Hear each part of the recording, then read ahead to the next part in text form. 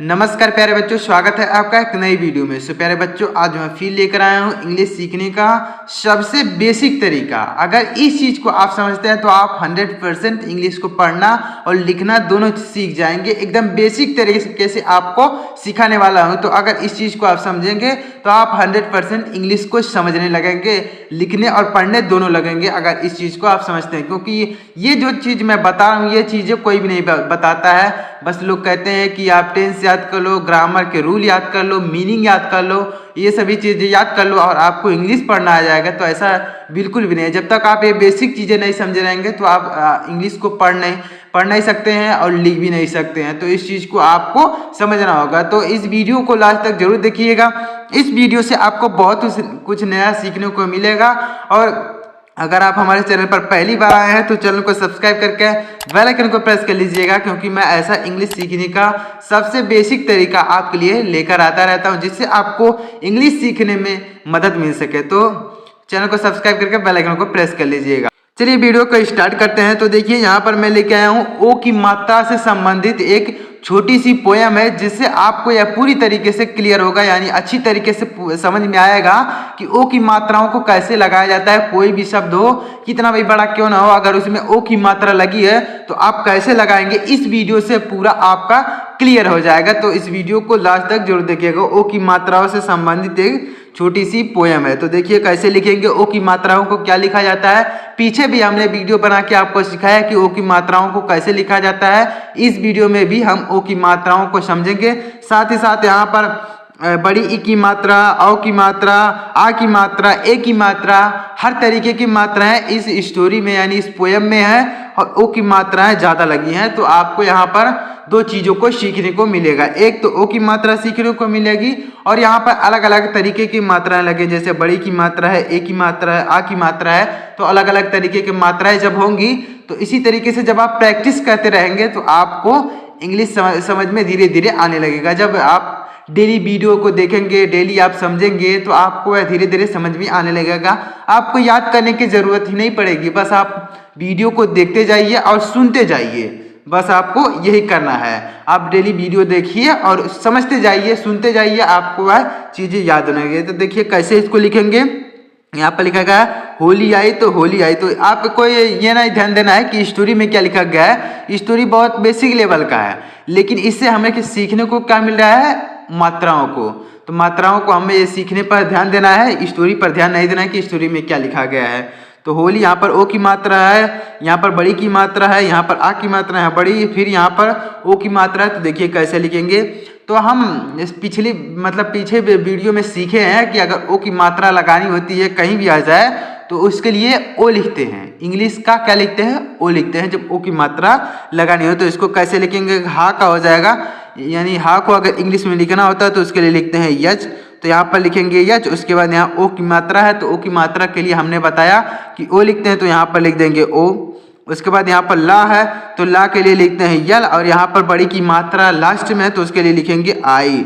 बड़ी की मात्रा लास्ट में है तो उसके लिए आई। और बड़ी की मात्रा अगर बीच में होती है तो उसके लिए लिखते हैं डबल ई। अब बीच में होती है तो डबल ई क्यों लिखते हैं, और लास्ट में है तो आई लिखते हैं। क्यों लिखते हैं, इसके लिए मैंने वीडियो बनाया है, वीडियो को जाके देखिएगा, लिंक डिस्क्रिप्शन में भी दे दूंगा।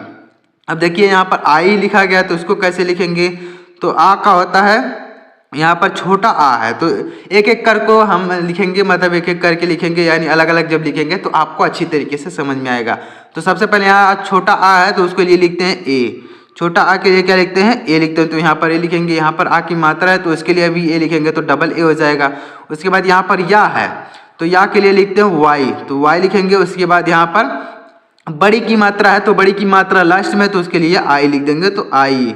इस तरीके से मान लीजिए जैसे यहाँ पर लिखा गया आई, यहाँ पर बड़ी लिखा गया है, बड़ी ई लिखा गया, बड़ी की मात्रा नहीं लगी और या नहीं लिखा गया है बड़ी ई केवल लिखा गया। जैसे वहाँ उस तरीके से भी लिखा जाता है। आई अगर लिखना हो तो आप लिख देते हैं बड़ा आ, उसके बाद लिख देते हैं बड़ी ई। तो उस तरीके से भी लिख सकते हैं। तो अगर उस तरीके से लिखा हुआ है तो आप यहाँ पर डबल ई भी लिख सकते हैं। अगर आई लिख देते हैं तो भी सही है। अगर यहाँ पर जैसे मान लीजिए बड़ी ई लिखा गया, लास्ट में बड़ी ई लिखा गया, तो आप यहाँ पर अगर आई केवल लिख देंगे तो भी सही हो जाएगा। और अगर आप इस तरीके से लिखेंगे तो भी सही होगा। अगर यहाँ आप डबल ई लिखेंगे तो भी सही होगा। क्यों? क्योंकि हमने बताया है कि बड़ी ई आए या फिर बड़ी की मात्रा है, दोनों के लिए डबल ई अगर बीच में होता है तो डबल ई लिखते हैं, लास्ट में होता है तो आई लिखते हैं। तो आई अगर आप लिखेंगे, जैसे आपने लिख दिया यहाँ बड़ा आ है तो उसके लिए लिखेंगे डबल ए, और यहाँ पर बड़ी ई है तो उसके आई लिख देंगे तो हो जाएगा आई। तो इस तरीके से भी लिख सकते हैं, इस तरीके से भी लिखा जाता है। तो यहाँ पर इस तरीके से लिखा गया है, तो या का हो जाएगा वाई, और यहाँ पर बड़ी की मात्रा लास्ट में तो उसके लिए आई। होली कैसे लिखेंगे फिर इसी तरीके से, तो हा का हो जाएगा यच, और ओ की मात्रा के लिए लिखेंगे ओ, और ला का हो जाएगा यल, और यहाँ पर बड़ी की मात्रा लास्ट में तो उसके लिए लिखेंगे आई। तो होली इस तरीके से। अब यहाँ पर देखिए आई फिर इस तरीके से लिखेंगे, तो आ का हो जाएगा ए, उसके बाद यहाँ पर बड़ी यानी बड़ा आ की मात्रा है तो उसके लिए लिखेंगे ए, उसके बाद फिर यहाँ पर या है तो उसके लिए आई लिखेंगे, और यहाँ पर बड़ी की मात्रा लास्ट में तो उसके लिए आई। तो इस तरीके से लिखेंगे। तो उम्मीद करता हूँ आपको समझ में आया। मेन इस वीडियो का मकसद क्या है, हम लोगों को क्या सीखने का मकसद है कि हम लोग ओ की मात्राओं को सीख रहे हैं, साथ ही साथ आपको बहुत अलग अलग तरीके की मात्राएं यहाँ पर सीखने को मिल रही हैं। तो इसी तरीके से लिखेंगे। अब देखिए बोले तोता और मैना, तो यहाँ पर भी ओ की मात्रा, यहाँ पर भी ओ की मात्रा, तो इसको कैसे लिखेंगे देखिएगा। तो बा का होता है बी, यानी बी बा को लिखना होता है इंग्लिश में तो उसको लिखते हैं बी, ओ की मात्रा के लिए लिखेंगे ओ, उसका ला का हो जाएगा यल, और ए की मात्रा अभी पिछली वीडियो में ही हमने सिखाया है कि ए की मात्रा लिखनी हो तो उसके लिए लिखते हैं ई, तो यहाँ पर हम लिखेंगे ई। तो बोले इस तरीके से लिखेंगे। अब तोता का ऐसे लिखेंगे, इसमें भी ओ की मात्रा है तो ता का हो जाएगा टी, उसके बाद ओ की मात्रा के लिए लिखेंगे ओ, और यहाँ पर ता है तो उसके लिए लिखेंगे, फिर से लिखेंगे टी, और यहाँ पर आ की मात्रा है तो उसके लिए लिखेंगे ए, तो टी ओ टी ए, तोता इस तरीके से। और तो आ का हो जाएगा, यहाँ पर आ है तो उसके लिए लिखते हैं ए, और यहाँ पर औ की मात्रा है तो देखिए चाहे औ आए या फिर औ की मात्रा है तो यहाँ पर सीधे औ आ गया है। क्या आया है? औ आया है। तो अभी औ की मात्रा आगे समझाऊंगा, यहाँ पर अभी तो ओ की मात्रा चल रही है, औ की मात्रा आगे समझाऊंगा कि औ की मात्राओं को कैसे लिखा जाता है, आगे समझाऊंगा।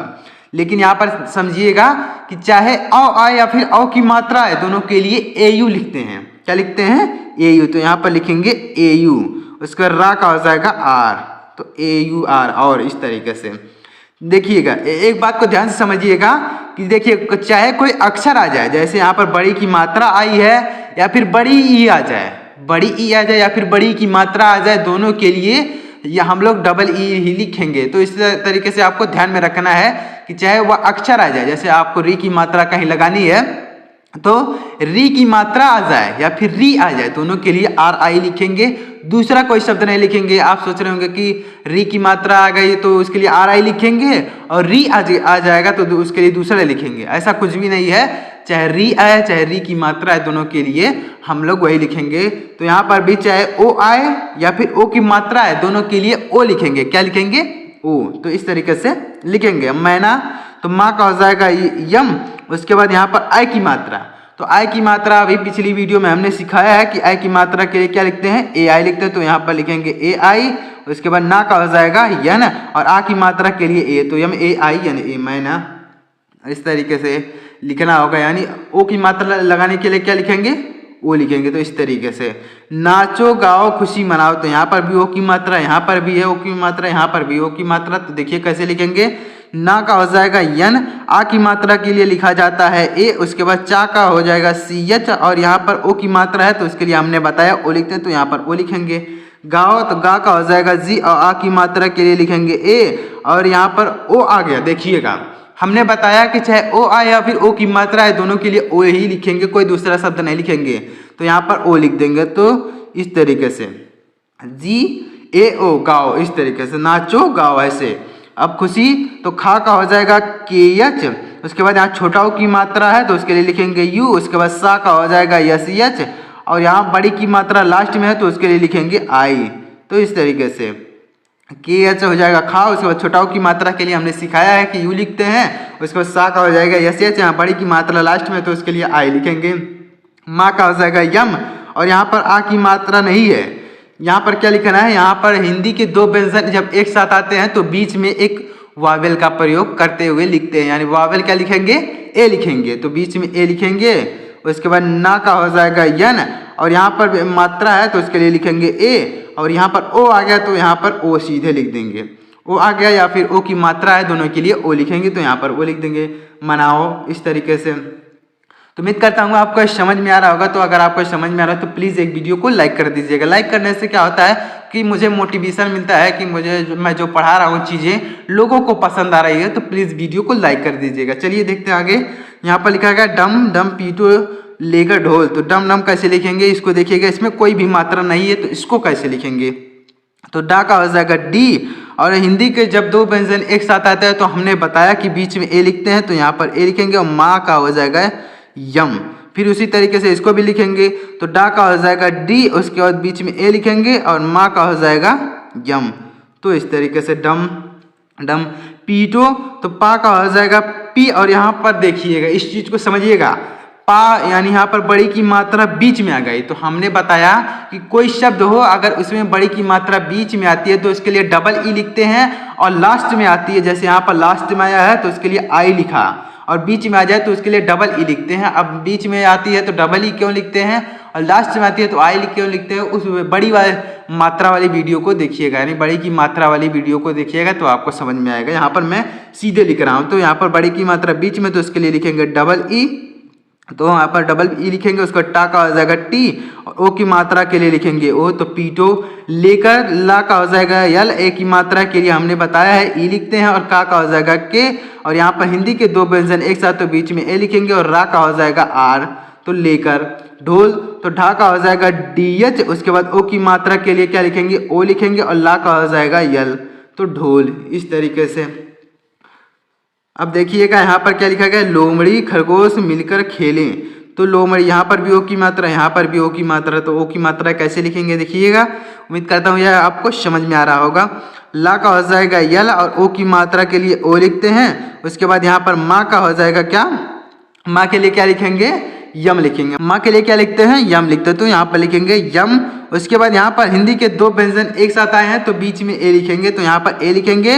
उसके बाद यहाँ पर अंगा है तो उसके लिए लिखेंगे डी। और यहाँ पर बड़ी की मात्रा लास्ट में है, तो हमने बताया है कि बड़ी की मात्रा जब लास्ट में होती है तो उसके लिए लिखते हैं आई। तो यहाँ पर लिखेंगे आई। तो इस तरीके से लिखेंगे आई। उसके बाद खरगोश, यहाँ पर भी ओ की मात्रा है तो खा का हो जाएगा के एच। और यहाँ पर हिंदी के दो व्यंजन एक साथ तो बीच में ए लिखेंगे। उसके बाद रा का हो जाएगा आर। फिर यहाँ पर आप बीच में ए लगा भी सकते हैं और नहीं भी लगा सकते हैं। हमने बताया है कि जब हिंदी के दो व्यंजन एक साथ आए, हिंदी के दो व्यंजन एक साथ आए और एक पर मात्रा लगी हो एक पर मात्रा ना लगी हो, एक पर मात्रा लगी हो एक पर मात्रा ना लगी हो, तो अगर एक पर मात्रा लगी है और एक पर नहीं लगी है तो आप बीच में ए लगा भी सकते हैं और नहीं भी लगा सकते हैं, दोनों सही होगा। तो यहाँ पर हम बीच में ए नहीं लगाते हैं। तो यहाँ पर देखिए कैसे लिखेंगे, तो रा के बाद सीधे क्या लिखेंगे गा का, तो गा का हो जाएगा जी। और ओ की मात्रा के लिए हमने बताया ओ लिखते हैं, तो यहाँ पर ओ लिखेंगे। और सा का हो जाएगा यस यच, तो खरगोश। इस तरीके से इस चीज को ध्यान में रखिएगा, जब दो हिंदी के व्यंजन एक साथ आए और एक पर मात्रा लगी हो एक पर मात्रा न लगी हो तो आप बीच में ए लगा भी सकते हैं। अगर आप यहाँ पर लगा देते हैं तो भी सही होगा, कोई दिक्कत नहीं है, और अगर आप यहाँ नहीं लगाते हैं तो भी सही है। तो इस तरीके से ध्यान देना होगा आपको। अब मिलकर कैसे, माँ का हो जाएगा यम और यहाँ पर छोटी की मात्रा है तो उसके लिए लिखते हैं आई, और ला का हो जाएगा यल। फिर यहाँ पर ए लगाते हुए लिखते जाएंगे, ए लिखेंगे क्योंकि हिंदी के व्यंजन एक साथ लिखे गए हैं। का हो जाएगा के, फिर बीच में ए लिखेंगे, और रा का हो जाएगा आर। तो यहाँ पर मतलब बीच में ए लगाते हुए लिखते जाएंगे मिलकर, इस तरीके से।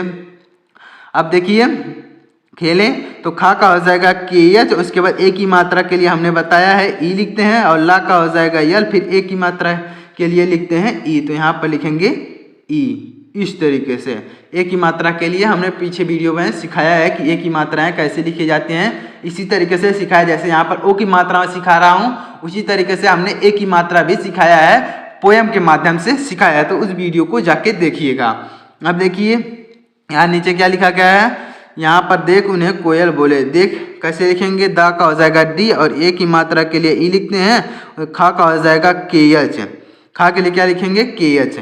उन्हें, तो यहाँ पर देखिए हमने समझाया कि चाहे कोई अक्षर आ जाए या फिर उसकी मात्रा है, दोनों के लिए वही शब्द लिखेंगे, वही अक्षर लिखेंगे, दूसरा कोई शब्द नहीं लिखेंगे। तो यहाँ पर क्या आया है, छोटा ऊ आया, तो छोटा ऊ के लिए लिखते हैं यू, तो यू लिखेंगे। उसके बाद ना का हो जाएगा यन, और यहाँ पर हा का हो जाएगा यच, और यहाँ ए की मात्रा है तो ई लिखेंगे।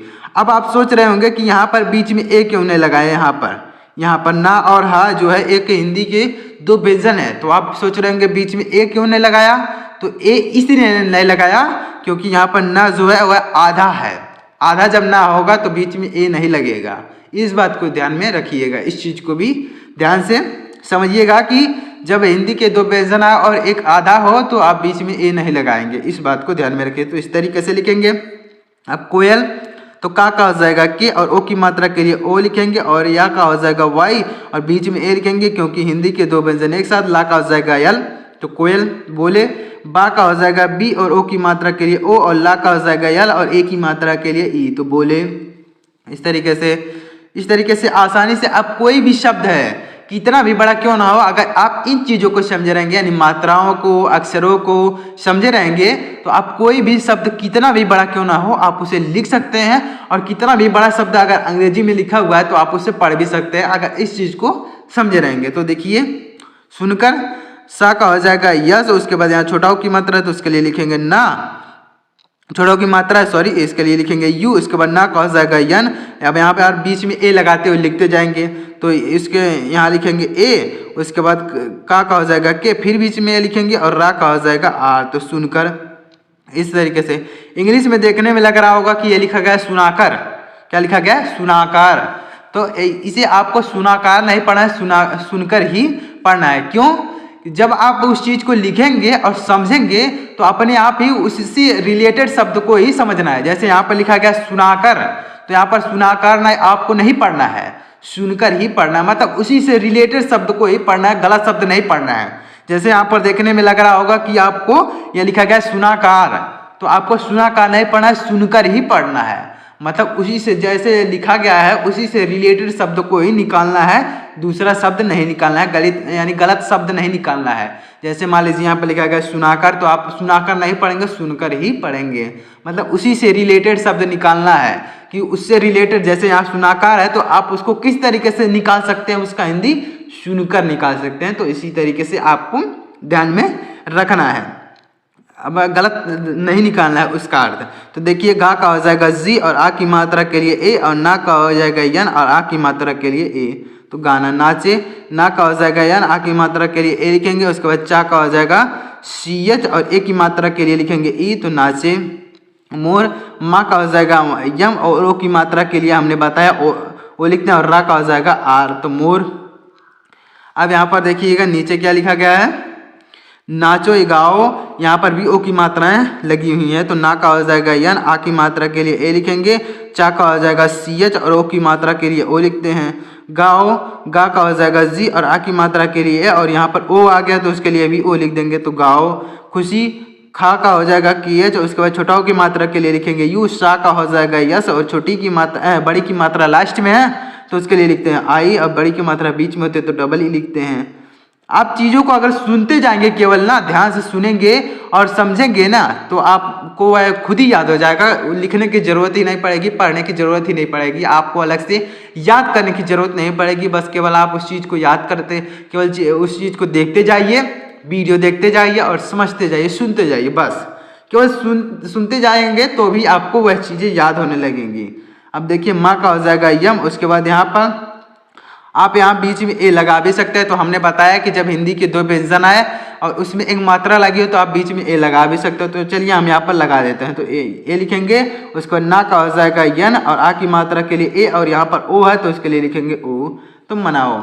तो इस तरीके से आप ओ की मात्राओं से संबंधित कोई भी शब्द है इसी तरीके से आप लिख सकते हैं। यहाँ पर देखिएगा ज़्यादातर मात्राएं ओ से संबंधित है, यानी जो शब्द लिखा गया उसमें ओ की मात्राएं लगी हैं। तो इस तरीके से आप कोई भी ओ की मात्रा हो से संबंधित शब्द है उसी तरीके से लिख सकते हैं। तो उम्मीद करता हूँ आपको ये समझ में आएगा। तो अगर आपको समझ में आए तो प्लीज़ वीडियो को लाइक करिएगा और चैनल को भी सब्सक्राइब करके बेल आइकन को प्रेस कर लीजिएगा, क्योंकि मैं ऐसा इंग्लिश सीखने का सबसे बेसिक तरीका आपके लिए लेकर आता रहता हूँ। तो चलिए मिलता है अगली वीडियो में, तब तक के लिए जय हिंद, वंदे मातरम।